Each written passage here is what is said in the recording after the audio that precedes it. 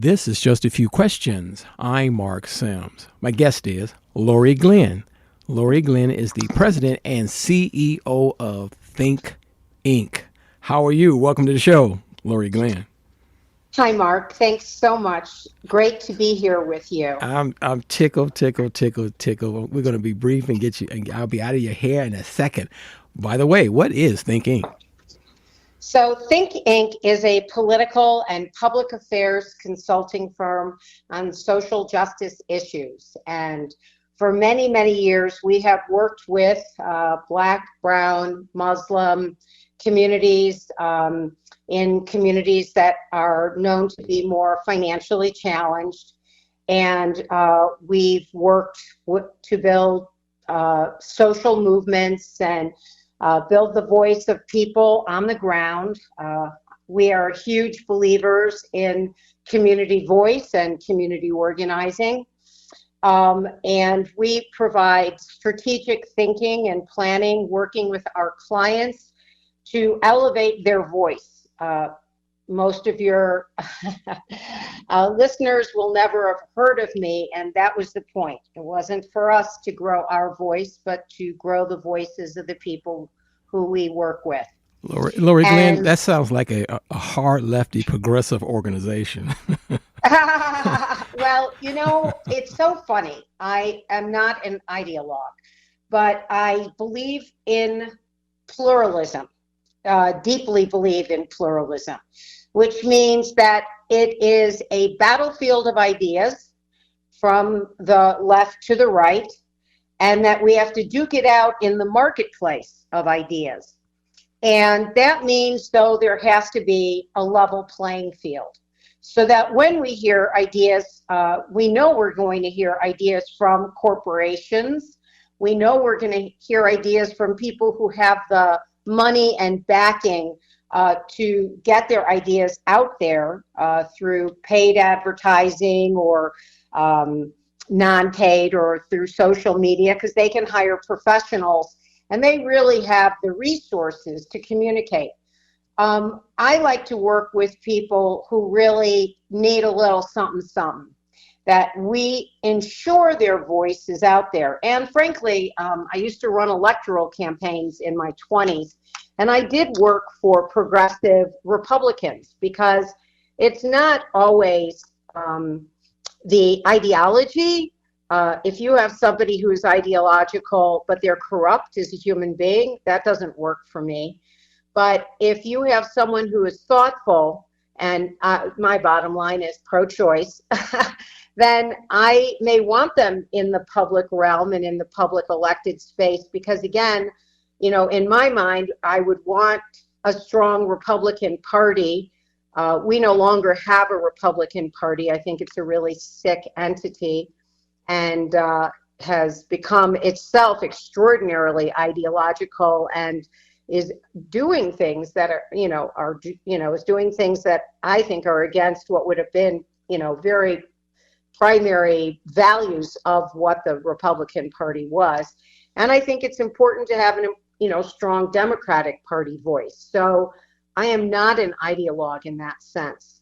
I am an ideologue that we should not allow money and power to control our democracy. Well, Laurie Glenn, we want to hear. And here's the question. What is on your mind? Well, I would say pluralism is on my mind.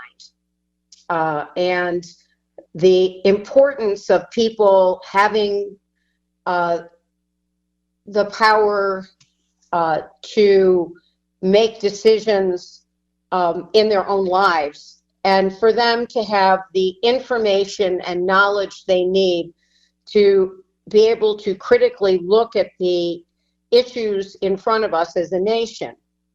You and I've spoken offline, Mark, and I think we both agree that education and public education, I've always believed, was really fundamentally important, so that people can have an understanding and have a critical framework for making decisions about our public space, our government, and my concern is that over many years, there's been a concerted effort to decrease the power or importance of education, meaning understanding who we were historically. Again, you and I've spoken about this, what it means to really have a framework of understanding where we are today in our country, how we got here, and for people to understand that it's not just about left and right. I am a proclaimed atheist Jew, culturally Jewish, but I believe that we really need to think about how we treat the people in our country. I know, a country made of immigrants, a country that we talked about bootstrapping, and anyone could come here, and if they worked really hard, be anything they want to be. I mean, my father was a poor Jewish boy from Albany Park, which now is more, I think, populated with people from India or Pakistan, Afghanistan. But at the time, it was a Jewish ghetto, and my dad worked really, really hard to achieve the American dream, and he did, actually. He became well-to-do, and I'm very proud of what he did. And the idea that we would build policies today that could have potentially prevented my family from coming to the United States, and now we are doing so much to prevent others from coming to the United States. The future, the immigrants, the people who go through the Darien Strait, if people know what that is, between South America and Mexico and the United States, the grit and determination it must take to walk through a jungle with poisonous snakes and spiders, because they are seeking what we created, which was this idea of an American dream, and that we would turn these future Americans away. Oh my God, these are the Americans. This is the embodiment of America. People coming from Europe, people coming from Asia, people coming from South America, from Russia, from all over the world to say, I want something better.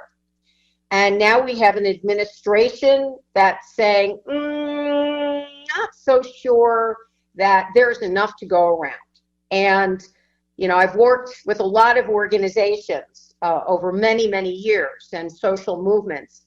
And once one starts viewing the world from a point of scarcity, I think it's because they have lost their vision, lost their way, and you really have lost their future. And for me, when I look at America, and when I think about America within the context of the world, if anyone was thinking we were declining, and saying, under Biden or Obama or others, we declined, I would say the apotheosis of that is Donald Trump and his minions. And for them to try to deconstruct our government, as they are attempting to do, is, to me, horrifying.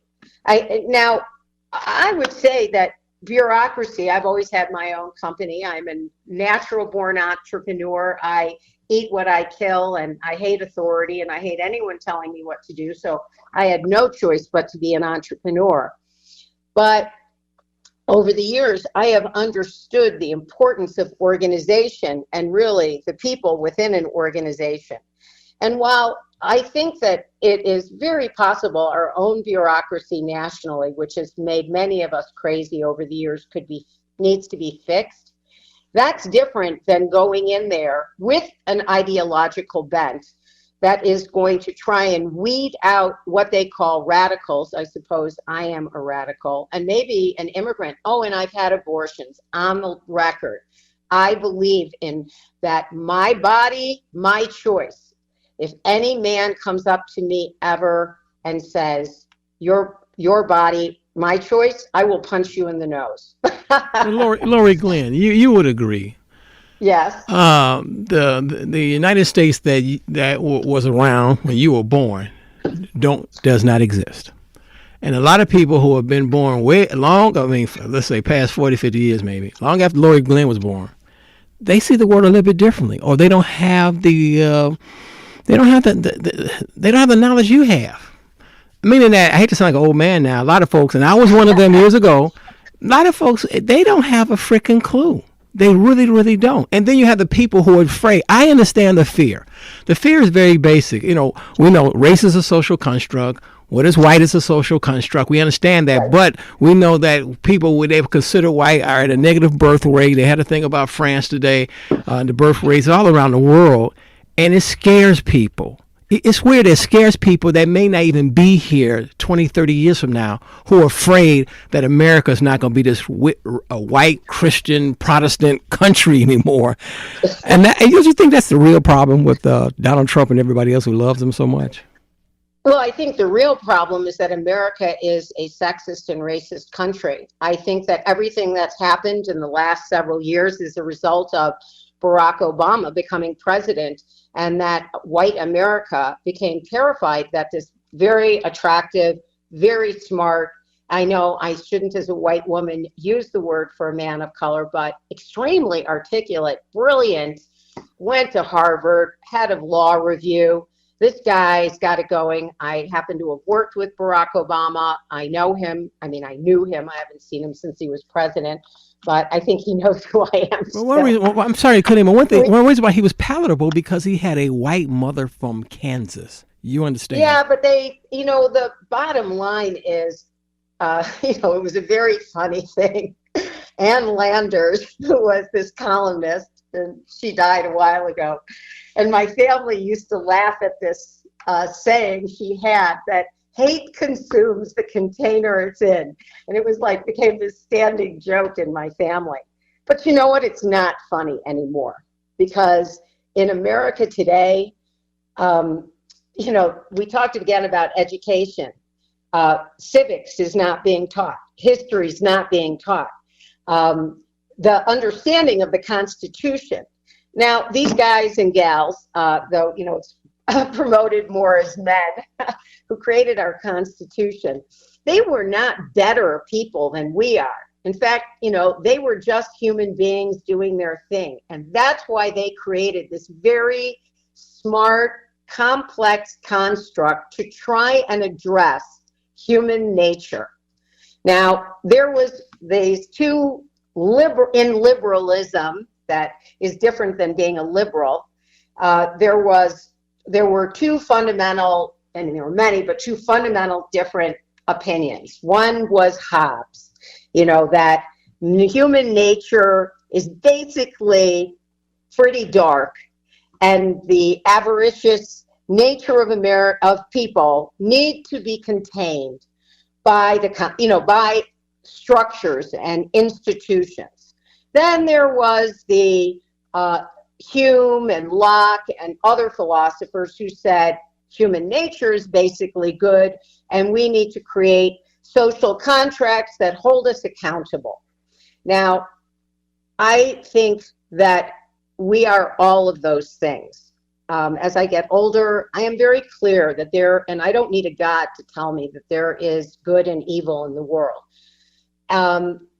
I don't need an institution to tell me that hating others for the color of their skin or hating and othering others because they are different than I am, whether they are more educated or less educated, as we say, if they have more money or less money, I know that I want a structure in place. And I've traveled all over the world. I'm such an entitled little white girl. And I've been in countries and I've lived in other countries. And the freest country in the world has been America. And we are about to undo what has been the greatest experiment. You could say we're a republic or a democracy. I know people argue about this, but I know that I have never had children myself, but I am so sad. See, because again, I don't need someone to tell me to have empathy. I don't need someone to tell me, even though I don't have children, to worry about the future of everyone's children. To know that if we lose the democracy or republic that we have created, that this will be a tragedy for all of us. Now, I am older now, though I'm still trying to be in the game of life and to do and create things. What I want to know is, where are the voice of young people? I know there's some of you organizing out there, but I certainly want to see more of you, because I can't believe women would allow themselves, frankly, to lose the right to choose by electing or allowing Donald Trump to be elected. And for anybody who says that it wouldn't have made a difference between electing Kamala Harris, whether you liked her or not, and I was not a huge fan of hers, but everyone kept saying, just back her, and I did, because I knew that we had to win if we were going to have the values of liberty, freedom, to ensure that people who are different and others have the rights that we all as Americans enjoy. And if anyone says, oh, this doesn't make a difference, well, you're asleep at the switch, because they're in there now, in our government.